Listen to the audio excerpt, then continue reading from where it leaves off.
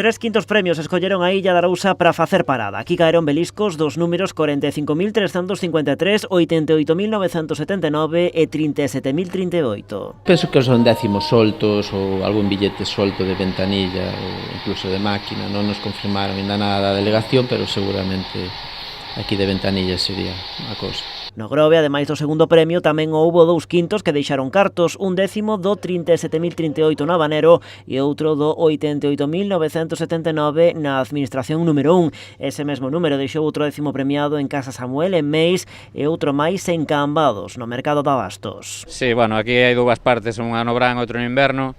Pasa que na máquina nunca podes controlar moito, en cambio nos décimos xa vamos partindo un pouco, para que non vaya todo para fora, nin vamos partindo. Aí máis ou menos está controlada a cousa, pero cando é de máquina non sabemos fijo. En Poio tamén fixo parada a Fortuna en Hogar del Puerto, en Combarro, venderon décimos do 1.568 e do 86.007. Un día de moita locura e, bueno, de momento levamos dous quintos premios e, bueno, a sorte nos acompaña. Foron vendidos pola máquina e foi moi repartido aquí no Concello de Poio, que é o que máis alegre nos pon. Ademais, nun bar da Porteliña, tamén en Poio, venderon outro décimo do 57.421. Dese mesmo número venderon décimos en Sanxenxo, na administración de Portonovo, en este bar de Silgar.